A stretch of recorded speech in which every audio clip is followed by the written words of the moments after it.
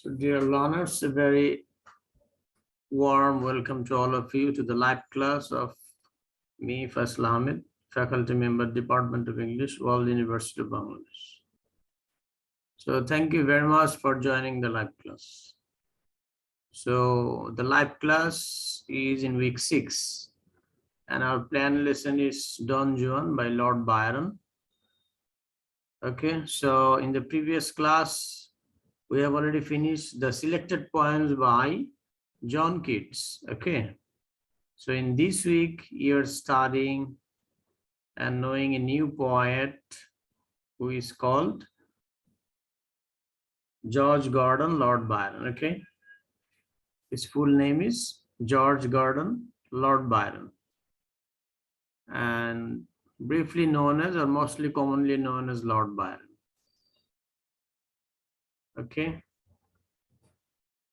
and the poem which we are going to go through, okay, is very long poem which consists of more than 5,000 lines. Okay, that's just like an epic poem, মহাকাব্য যেটাকে বলে. Okay, so this poem is very controversial one. Okay, in regard of romance and sexual facts. Okay, so very controversial one, but at the same time is very popular and well-known one. Okay, especially in the romantic era.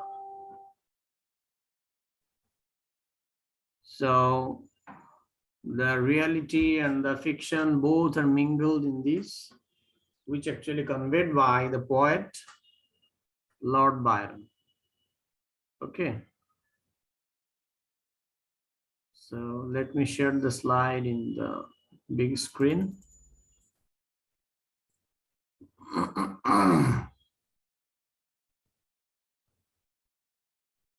Can you see the slide changes? Just to make sure whether you can see the same thing as I'm sharing with you.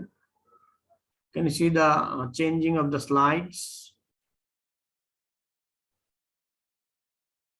Or the same slide? The first one.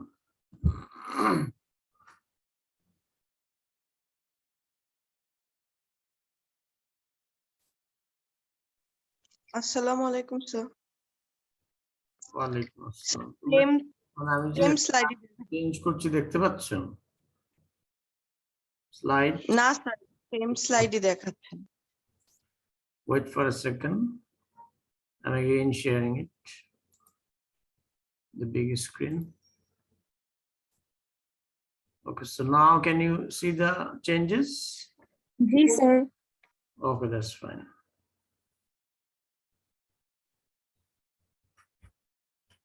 So I hope and believe that most of you have already studied these in this week. Okay, so how many of you studied this, the upload materials on e-learning?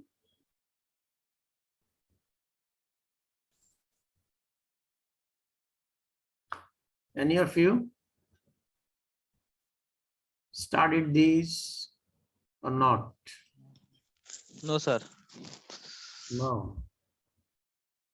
All of you, just the answer is no for all of you, or just it's for few of you? No, sir. Okay. What about others? Only 2 students said no. What about others? No, sir. So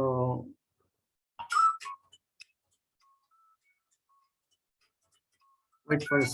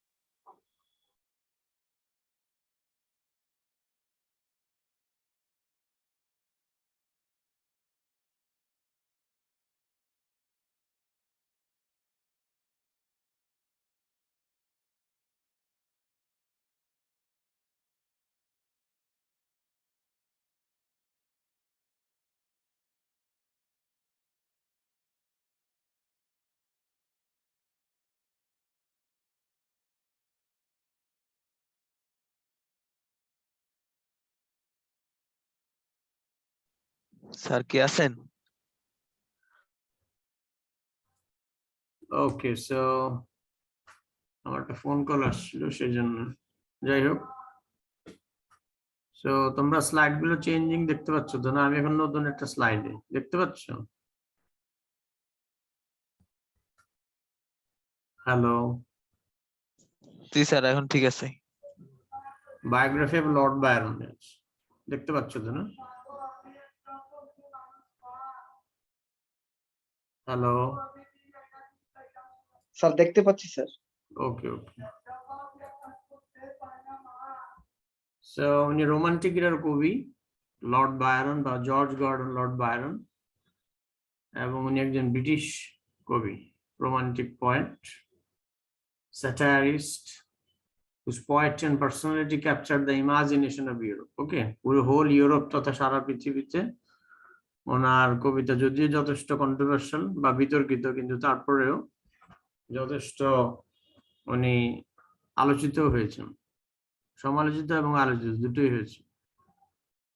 মানে কিছু নিষিদ্ধ content ওনার কবিতার মধ্যে আছে, হ্যাঁ, forbidden content, ওকে, prohibited content, যেটার কারণে culturally বা রিলিজিয়াসলি যেটাকে প্রহিবিটেড ধরা হয়ে থাকে। So he was born in 1788 and died in 1824. তো তার মানে তোমরা কেউই তার কবিতাটা পড়ো নাই না? এখনো শুরু করো নাই? হ্যালো,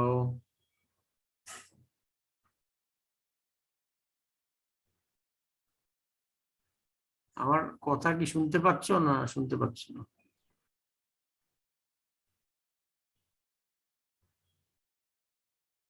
হ্যালো, তোমরা কি আমার কথা শুনতে পাচ্ছ? জি স্যার, Yes, শুনতে sir, পাচ্ছি। শোনা যাচ্ছে, স্যার।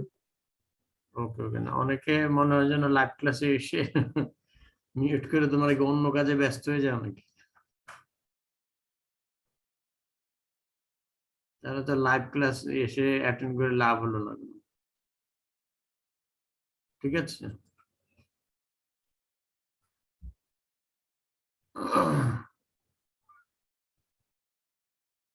ওকে, তাহলে দেখো এখানে Lord Byron was a British romantic poet and satirist.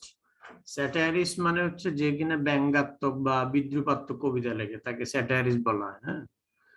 তার মানে এখানে যেটা বোঝা যাচ্ছে, ডন জন কবিতাটা ওনার স্যাটারিক রিয়ালিজম কে তুলে ধরেছে, হ্যাঁ, বাস্তবতার বিভিন্ন সোসাইটিতে, আমাদের সমাজ ব্যবস্থায় যে বিভিন্ন বিষয় আছে রাষ্ট্রীয়ভাবে অথবা ধর্মীয়ভাবে, ওই বিষয়গুলোকে, যেগুলো ন্যাচারালি বিভিন্ন বিষয় থেকে মানুষকে প্রতিবন্ধকতা তৈরি করে, ওই জন্য সেই বিষয়গুলোর প্রতি ব্যঙ্গ বা বিদ্রুপ করে উনি কবিতা লিখেছেন আর কি, হ্যাঁ। তো সেটাই স্যাটারিক। যাই হোক, আলোচনা আমরা নেক্সট উইকে করবো। আজকে আমরা বেসিক ইন্ট্রোডাকশনটা করবো আর লর্ড বায়রনের বায়োগ্রাফিটা একটু দেখবো, ঠিক আছে? অনেকে হয়তো দেখেছো, আবার মনে হচ্ছে অনেকে দেখোই নেই। So although made famous by the autobiographical poem Childe Harold's Pilgrimage and his many love affairs, he is perhaps better known today for the satiric realism of Don Juan.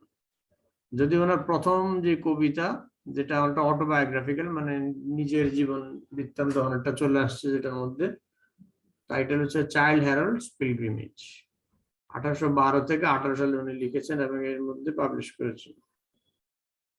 So এই কবিতাটা যথেষ্ট বিখ্যাত ওনার, কিন্তু সবচেয়ে বেশি আলোচিত হচ্ছে ওনার এই ডন জন কবিতাটাই, হ্যাঁ, এটা একটা ইপিক টাইপের কবিতা, স্যাটারিক রিয়ালিজম জানরার, ওকে। এবং এর পাবলিকেশন বা লেখার যে সময়টা লিখেছেন, সময়টা হচ্ছে 1819 থেকে 1824 সাল, হ্যাঁ, টানা 5 বছর ধরে লিখেছেন। অর্থাৎ এই কবিতা লিখতে লিখতে উনি মারা গেছেন, তার মানে কবিতাটা উনি পুরো শেষও করতে পারেন নাই, কিছু অংশে রয়ে গেছে। বেঁচে থাকলে হয়তো কবিতা আরো বড় হতো, 5000 লাইনের জায়গায় হয়তো 10-20 হাজার লাইন হয়ে যেত, হ্যাঁ। তো ওনার টার্গেটটা ছিল বা ওনার লক্ষ্যটা ছিল হচ্ছে যে এটাকে একটা ইপিক পোয়েমের ইয়েতে নিয়ে যাওয়া, যদি ইকুয়ালিটি বা এলিমেন্টস গুলো এখানে একটু ঘাটতি আছে। ওকে, তো যাই হোক আমরা আস্তে আস্তে এগুলো জানবো। সো তার আর্লি লাইফ এবং এডুকেশন। সো বায়রনের পিতামাতা এখানে দেওয়া আছে আর কি, খুব একটা বেশি আলোচনা এখানে নাই। সো তোমরা যে আমি বিভিন্ন যে লিঙ্ক গুলো দিয়েছি সেগুলো দেখে পড়তে পারো বিস্তারিত আরো জানতে চাইলে। ওকে, সো সংক্ষিপ্ত সময় এবং লেকচার ম্যাটেরিয়ালস এর বিভিন্ন এর কারণে আমরা এগুলোকে ব্রিফলি দিয়ে থাকি। তো তোমরা চাইলে আরো ব্রডলি আরো এক্সটেন্সিভলি পড়তে পারো অনলাইনে বিভিন্ন ম্যাটেরিয়ালস অথবা টেক্সট বুক বা বিভিন্ন বই কিনে। ওকে, রিলেটেড রেফারেন্স বুক থেকে। So Byron was the son of the handsome and profligate Captain John Byron and his second wife Catherine Gordon, Scots Hayes. Okay, তো তার বাবা একজন মানে প্রফলিগেট ছিলেন। প্রফলিগেট মানে হচ্ছে তোমার একটু বেশি অমিতব্যয়ী, মানে অপচয়কারী, টাকা পয়সা উল্টো পাল্টা ভাবে। উনি কিন্তু যথেষ্ট সম্ভ্রান্ত ফ্যামিলির ছিল, হ্যাঁ, আপার ক্লাস সোসাইটির একজন। ওকে, প্রিন্স লাইক, প্রিন্সদের মতো আর কি। এই জন্য তার নামের আগে লর্ড আছে। ওকে, সো তার বাবা ছিলেন ক্যাপ্টেন জন বায়রন, আর তার বাবার দ্বিতীয় ওয়াইফ থেকে, দ্বিতীয় ওয়াইফ হচ্ছে ওনার মা আর কি, হ্যাঁ, সেকেন্ড ওয়াইফ ক্যাথরিন গর্ডন। মানে ওনার বাবাও একাধিক বিয়ে করেছেন এবং অন্যান্য আরেক অন্যান্য ধরনের যে এক্সট্রা ম্যারিটাল রিলেশনশিপ সেগুলো তার ছিল। এই ধরনের বিষয়গুলো লর্ড বায়রনের মধ্যেও দেখা যায় যে ছিল, হ্যাঁ, সাধারণত আপার ক্লাস সোসাইটিতে ইউরোপিয়ান কালচারে যেরকম হয়ে থাকে। ওকে, so Byron and his second wife Catherine Gordon is Scotch Hayes. Educationটা আমরা দেখি। In 1805 Byron entered Trinity College, Cambridge. Cambridge ইউনিভার্সিটির অধীনে ট্রিনিটি কলেজে উনি 1805 সালে ভর্তি হন, যেখানে উনি ওখানে প্রচুর খরচ করেন আর কি। টাকা পয়সা অনেক, ওনার বাবার মতোই অপচয়কারী ছিলেন, প্রচুর টাকা নষ্ট করত, যার কারণে অনেক ঋণ হয়ে গিয়েছিল তার, হ্যাঁ, piled up debts at an alarming rate and indulged in the conventional vices of undergraduates there. এবং সেখানে সাধারণত ইউনিভার্সিটি বা কলেজ লেভেলে কলেজের বয়সী ছেলেরা নানা রকমের অপকর্মে জড়িয়ে পড়ে, ড্রাগ অ্যাডিকশন বা অন্যান্য বিষয়গুলো, জুয়া খেলা ইত্যাদি, হ্যাঁ, গ্যাম্বলিং বা অন্যান্য যে বিষয়গুলো আছে। ওকে, তো এইসব খারাপ বিষয়ে উনি জড়িয়ে পড়েন এবং আর অনেক পরিমাণ টাকা মানে ঋণ করে ফেলেন আর কি। যেহেতু লর্ডের ছেলে সেজন্য কেউ ধার চাইলে দিয়েও দেয়। ওকে, এরকম আর কি।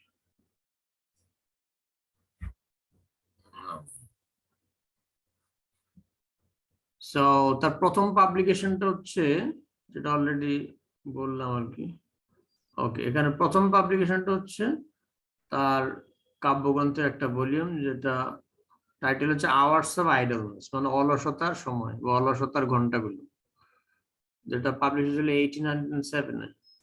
অন্যান্য পাবলিকেশন উনি যখন গ্রিসে ছিলেন তখন উনি চাইল্ড হ্যারাস পিলগ্রিমসটা লেখা শুরু করেন এবং সেটা অ্যাথেন্স নগরীতে উনি লিখেন আর কি, লেখাটা চালিয়ে যান। 1810 সালে উনি হব হাউসের সঙ্গে সেল করেন কনস্টান্টিনোপলের উদ্দেশ্যে। কনস্টান্টিনোপল হচ্ছে তুর্কির রাজধানী, বর্তমান ইস্তাম্বুলকে তখনকার সময় কনস্টান্টিনোপল বলা হতো। and visited the site of Troy. Troy নগরের বিখ্যাত কাহিনী আছে, আমরা অ্যাকিলিসের যে গল্প বা বাস্তব ঘটনা আর কি, গ্রিস যে ট্রয় নগরীকে ধ্বংস করে দিয়েছিল, সেই ট্রয়টা মূলত তুর্কিস্তানে, হ্যাঁ। সো উনি ট্রয় নগরীর যে সাইটটা সেটা ভিজিট করেন and so on the Hellespont, এবং হেলিস্পন্ট উনি মানে সাঁতার কাটেন আর কি, present day Dardanelles. So in imitation of Linders, Byron's sojourn in Greece made a lasting impression on him. So Byron Greece, তারপর তুর্কি, যেটা তখনকার সময় কনস্টান্টিনোপল, তুর্কির বিভিন্ন জায়গা, ট্রয়, তারপরে হেলস্পট, ডার্ডানেলাস, এই জায়গাগুলো উনি ভিজিট করেন, হ্যাঁ। তো তার সংক্ষিপ্ত ভিজিটটা তার মনে যথেষ্ট প্রভাব বিস্তার করেছিল যে এই ভিজিটের বিভিন্ন অভিজ্ঞতা তার এই কবিতা লর্ড কি যেন ডন জন, ওকে, এই কবিতাতে আমরা পাবো। During the summer of 1813, Byron apparently entered into intimate relations with his half-sister Augusta. Okay. তার হাফ সিস্টার বলতে হচ্ছে অন্য মায়ের, মানে সৎ মায়ের গর্ভে ভাই বোন হলে আর কি, সেটা হাফ সিস্টার বা হাফ ব্রাদার, সৎ ভাই সৎ বোন টাইপের। So now married to Colonel George Leigh. He then carried on a flirtation with Lady Frances Webster as a diversion from this dangerous liaison with his half sisters. Okay. The agitations of these two love affairs and the sense of mingled guilt and exultation they aroused in Byron are reflected in the series of gloomy and remorseful Oriental verse tales he wrote at this time. Okay, so তার বাস্তব জীবনে তার অনেক নারীর সাথে সম্পর্ক ছিল, হ্যাঁ, ফিজিক্যাল রিলেশন ছিল। সো এই বিষয়গুলো তার বাস্তব জীবনে তার ব্যাপারে অনেক ধরনের গুজব বা এই ধরনের শোনা যায় আর কি। তো যেটা পরবর্তীতে তার সাইকোলজিতে অনেক ধরনের ব্যাড ইমপ্রেশন করেছিল এবং যেখান থেকে সেই কবিতাগুলো লিখেছিল। The Giaour, the bride of Abydos, the Corsair.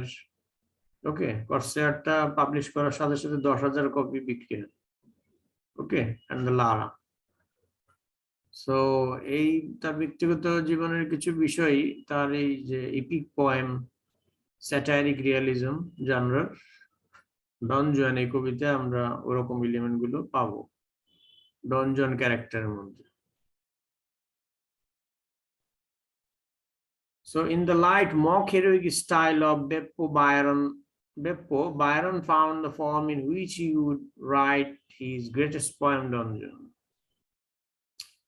So mock heroic style লেখা বেপ্পো কবিতার আলোকেই উনি একটা ফর্ম খুঁজে পেয়েছেন যেটা উনি অ্যাপ্লাই করেছেন তার ডন জন কবিতাতে।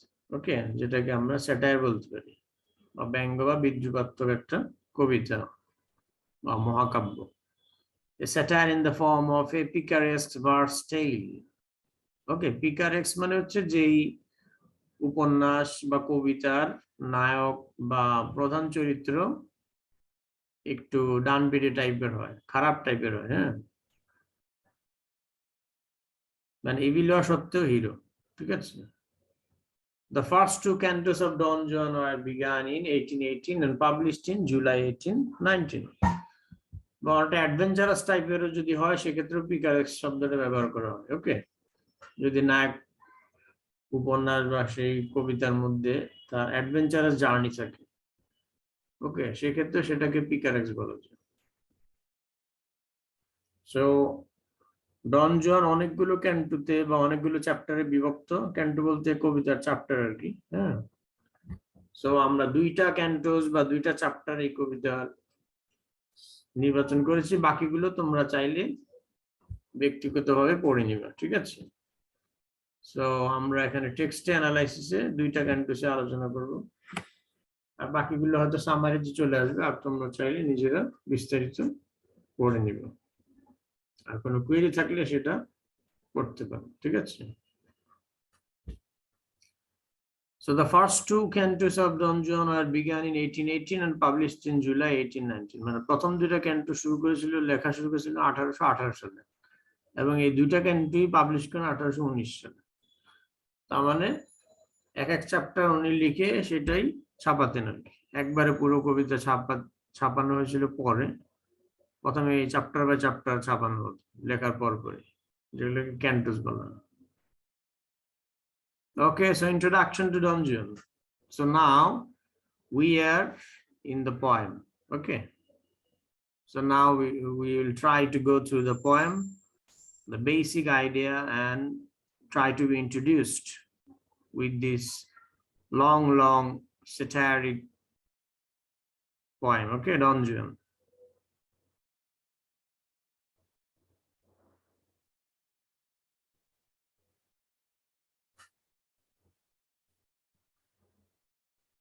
So like Chaucer's Canterbury Tales, Byron's Don Juan is an unfinished poem.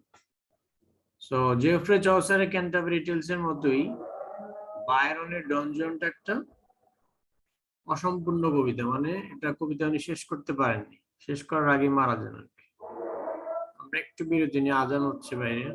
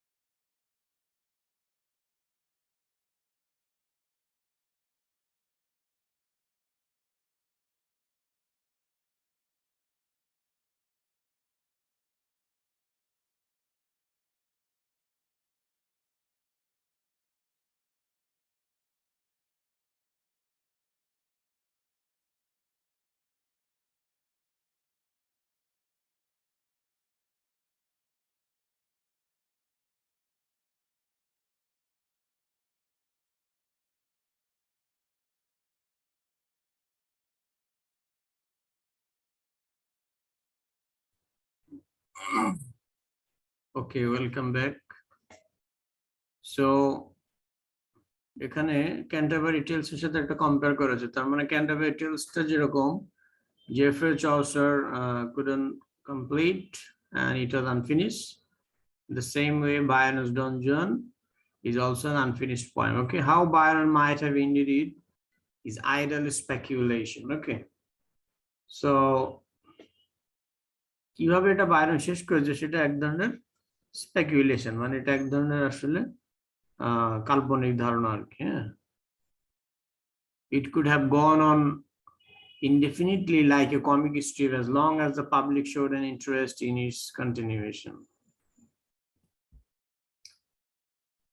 So মানে এটা অনেক সময় কিছু কিছু জায়গায় এটাকে কমিক স্ট্রিপের মতো মনে হতে পারে। হ্যাঁ, যতক্ষণ এখানে পাবলিক বা অডিয়েন্স এখানে পড়ার যে ইয়েটা, কবিতাটা পড়ার ইন্টারেস্ট যত সময় দেখাবে আর কি, তত সময় এটাকে একটা কমিক স্ট্রিপ বলেই মনে হবে। ডন জুয়ান যদিও কমিক ওয়েতেই সিরিয়াস একটা পোয়েম। ওকে, এবং এখানে সবকিছু একেবারে ঢালাও ভাবেই লর্ড বায়রন এক্সপ্রেস করেছেন। সো যে জিনিসটা হয়তো অনেক রাইটাররাই লিখতে ভয় পায়, ঠিক আছে। Don Juan is such a vast creation that it is difficult to judge it as a whole. Okay.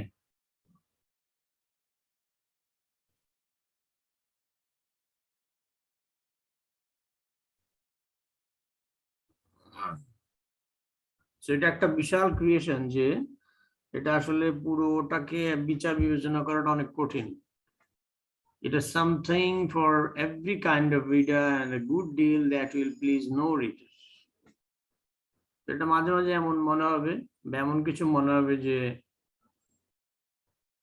প্রত্যেক রিডারের জন্য এখানে হয়তো কিছু একটা আছে, আবার এমনও মনে হবে যে এটা কোনো রিডারকেই সন্তুষ্ট করতে পারছে না। হ্যাঁ, এরকম মানে দুটোই একটা ডান দিক পর্যায়ে থাকবে। সো কিন্তু কোনোটার দিক থেকে এটাকে একেবারে পোলারাইজ করা যাবে না।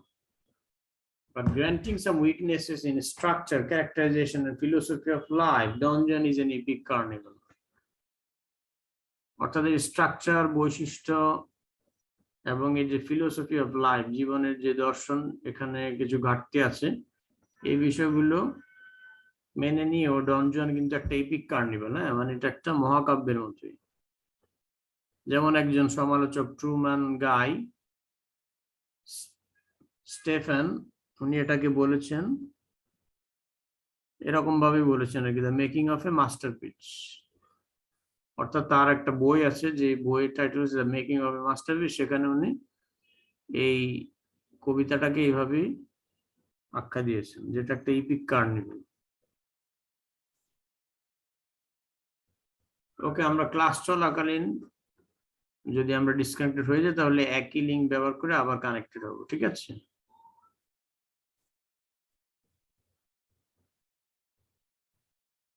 So Don Juan poem summary, Canto 1 and Canto 2.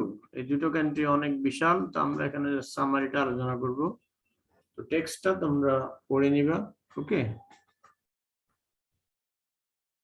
Text book কিনে অথবা অনলাইনে যে আমি টেক্সট আপলোড দিয়েছি সেখান থেকে, ঠিক আছে? তো কবিতাটা পড়লে যথেষ্ট এনজয় করবা, যদিও অনেক অফেন্সিভ জিনিস আসবে, যদিও সেটা অফেন্সিভ কিন্তু রিয়ালিটি সেটাই। হ্যাঁ, ওটাই বাস্তবতা। তো যাই হোক, আমরা এখানে দেখি ক্যান্টো 1 বা চ্যাপ্টার 1 এর summary. So Don Juan was born in Sevilla, Spain, the son of Don Jose. এখানে কিন্তু কবিতার মধ্যে চলে আসছে। হ্যাঁ, এখানে আর রাইটার কোনো কিছু নাই। সো কবিতার টাইটেলটা দেওয়া হয়েছে প্রধান এই কবিতার যেই মহাকাব্যের যেই নায়ক, সে নায়কের নাম দিয়ে। হ্যাঁ, নায়কের নামে এই কবিতার টাইটেল ডন জন। সো তার পরিচয়, তার জন্ম কোথায়, সে কি কি করেছে, কি কি অ্যাডভেঞ্চারাস জার্নি করেছে, এই বিষয়গুলো আমরা এখানে জানতে পারবো। এবং সে তার জার্নি করার সময় কোন কোন বিষয়গুলো সম্মুখীন হয়েছে। হ্যাঁ, কি ধরনের নারীদের, একজন যুবক হিসেবে কি ধরনের নারীদের সান্নিধ্যে এসেছে, বা কি ধরনের লাইফে বেঁচে থাকার জন্য, সার্ভাইভ করার জন্য কতটা জটিল এবং কঠিন অবস্থা বা পরিস্থিতির সম্মুখীন হয়েছে। ওকে, এই বিষয়গুলো আমরা এখানে জানতে পারবো। So Don Juan was born in Sevilla, Spain, the son of Don Jose, a member of the nobility, and Dona Inés, a woman of considerable learning. So তার মানে আমরা বুঝতে পারলাম যে কবিতাটার সেটিংটা হচ্ছে কোথায়? স্পেনে, স্পেনের সেভিল্লা নামক জায়গায়, এবং এটা একটা সম্ভ্রান্ত বংশের পরিবারের এক ছেলেকে নিয়ে, যার নাম হচ্ছে ডন জুয়ান। ওকে, এবং এই ডন জুয়ানের বাবা হচ্ছে ডন জোস, যিনি কিনা নোবিলিটি সম্প্রদায়ের ব্যারিস্টোক্রেট সোসাইটির একজন সদস্য, এবং তার মায়ের নাম হচ্ছে Donna Inez. Okay, a women of considerable learning, যিনি যথেষ্ট শিক্ষিত নারী ছিলেন এবং শিক্ষাকে প্রাধান্য দিতেন। যদিও তার হাজব্যান্ড, অর্থাৎ এই কবিতার যে নায়ক ডন জুয়ান, তার বাবা খুব একটা ভালো ছিলেন না। ওকে, মানে অপচয় করতেন, ড্রিঙ্ক করতেন বেশি, এরকম আর কি, অ্যাডিক্টেড ছিলেন নানানভাবে। So Juan's parents did not get along well with each other because Don Jose was interested in women rather than in knowledge and was unfaithful to Dona Inés. So Don Juaনের প্যারেন্টসরা আসলে একে অপরের সাথে ভালোভাবে খাপ খাওয়াতে পারেননি, কারণ ডন জুয়ানের মাতা ডোনা ইনেস যথেষ্ট ভালো একজন নারী ছিলেন, শিক্ষানুরাগী, কিন্তু অপরদিকে ডন জনের বাবা, ওকে, ডন জোস, তিনি শিক্ষার প্রতি তেমন তার কোনো ইয়ে ছিল না, গুরুত্ব ছিল না, এবং তিনি নারীদের প্রতি আসক্ত ছিলেন। ওকে, সো যার কারণে তাদের হাজবেন্ড ওয়াইফের মধ্যে ভালো সম্পর্ক ছিল না। So Donna Inez was on the point of suing her husband for divorce when he died of a fever. তো যাই হোক, যখন ডোনা ইনেজ তার হাজবেন্ডের এসব দেখে তাকে ডিভোর্স দিতে যাবেন, অর্থাৎ ডন জনের বাবাকে আর কি ডিভোর্স দেবেন, এমন এক পর্যায়ে তার বাবা জ্বরে মারা যায়। ঠিক আছে, তো যাই হোক, ডিভোর্স আর হয়নি, ডিভোর্সের আগেই মারা যায়। দ্য এডুকেশন অফ জুয়ান, অর্থাৎ এই নাটকের যে নায়ক, সরি নাটক না, এই কবিতার মহাকাব্যের যে নায়ক ডন জুয়ান, তার যে শিক্ষা ব্যবস্থা সেটা তার মাই কিন্তু কন্টিনিউ করে, তার বাবা মরে যাওয়ার পরে। The education of Juan became the primary interest of his mother. She saw to it that he received a thorough training in the arts and sciences, but took great care that he should learn nothing about the basic facts of life. Okay, জীবনের স্বাভাবিক বিষয়গুলো সম্পর্কে যাতে সে কিছুই না জানে, হ্যাঁ, অর্থাৎ পারিবারিক, সামাজিক, অন্যান্য বিষয়গুলো, কারণ ইউরোপিয়ান কালচারটা তো অত একটা ভালো না, ওকে, একটু বেশি ল্যাভিশ। তো যার কারণে এই বিষয়গুলো তার মা চাননি যে সে এরকম, তার ছেলেটা এরকম কলুষিত হয়ে যাবে, এই সোসাইটির যে খারাপ দিকটা সেগুলো যাতে সে গ্রহণ না করে। এই জন্য তাকে ওইগুলো খুব একটা শিখতে দিতেন না বা জানতে দিতেন না, তাকে আর্টস এবং সায়েন্স, ওকে, পুঁথিগত বিদ্যায় আবদ্ধ রাখতেন। Okay, so among Donna Inez's friends is Donna Julia, the young and beautiful wife of Don Alfonso, a middle-aged man incapable of engaging her affections. Okay, so Donna Inez's এক বান্ধবী ছিল যার নাম হচ্ছে ডোনা জুলিয়া। ওকে, মানে ডন জুয়ানের মায়ের বান্ধবী। Okay, Donna Julia the young and beautiful wife, উনি একজন সম্ভ্রান্ত পরিবারে তার বিয়ে হয়েছে, যার হাজবেন্ড নাম হচ্ছে ডন আলফোনসো, মধ্যবয়সী একজন লোক, কাজকর্ম নিয়ে বেশি ব্যস্ত এবং স্ত্রীকে সময় দিত না, যার কারণে স্ত্রীর কাছে এটা মনে হতো যান্ত্রিক life. Okay, so when Juan is 16, so এই কবিতা মহাকাব্যের যে নায়ক, তার বয়স যখন 16, তরুণ একজন ছেলে, Donna Julia falls in love with the handsome young man and finds opportunities to be in his company. So Don Alfonsoর স্ত্রী ডোনা জুলিয়া, যিনি ডন জুয়ানের মায়ের বান্ধবী, সে এই 16 বছর বয়সী তরুণ এই ছেলের প্রেমে পড়ে যায়। ওকে, এবং তার সঙ্গ চায়। ওকে, one midsummer evening the two declared their love for each other. তো যাই হোক, তো মিডসামার ইভিনিং এ তারা একে অপরের প্রতি ভালোবাসা প্রকাশ করে। In November of that year, Don Alfonso comes one night to the bedroom of his wife accompanied by a crowd of his friends. তো যাই হোক, তখন এই যে এক্সট্রা ম্যারিটাল রিলেশনশিপে যে জড়িয়ে যায়, এই বিষয়টা একটা পর্যায়ে নভেম্বর মাসে তার হাজবেন্ড যে ডন আলফোনসো, উনি এটা জেনে যান এবং তাদেরকে বেডরুমে দেখতে পান। হ্যাঁ, when he enters the room, his wife and her maid are ready for him. The bedclothes have been piled up in a heap on the bed. Don Alfonso and his followers search Donna Julia's suite for a lover but find none. তো যাই হোক, hello,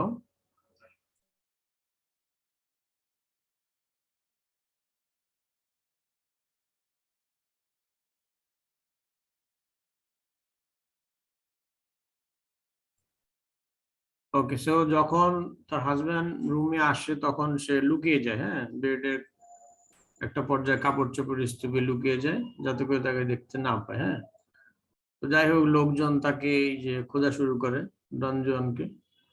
So Don Alfonso and his followers, আচ্ছা আমাদের হাতে আর মাত্র 60 second আছে, 60 সেকেন্ডের মধ্যে হয়তো এই সময় ফুরিয়ে যাবে, আমরা আবার রিকানেক্টেড হবো, ঠিক আছে, একই লিঙ্ক দিয়ে। So Don Alfonso and his followers searched Donna Julia's suite for a lover but find none, তাকে আর খুঁজে পায় না আর কি। While searching, Don Alfonso becomes a target of a tirade of abuse from his wife. তো যখন তাকে খুঁজে পায় তখন এবং এই ডন জুয়ান ডন আলফোন্সোর একটা টার্গেট হয়ে যায়, যে কিনা তার স্ত্রীকে অ্যাবিউজ করেছে। The whole company leaves crestfallen. Don Alfonso soon returns to apologize and happens to find a pair of men's shoes in his wife's bedroom. তো প্রথমে কাউকে খুঁজে পায় না, যার কারণে স্ত্রীকে সে সরি বলতে আসে, অ্যাপোলোজাইজ করতে আসে যে তাকে সন্দেহ করেছে। কিন্তু যখনই তার গৃহে বেডরুমে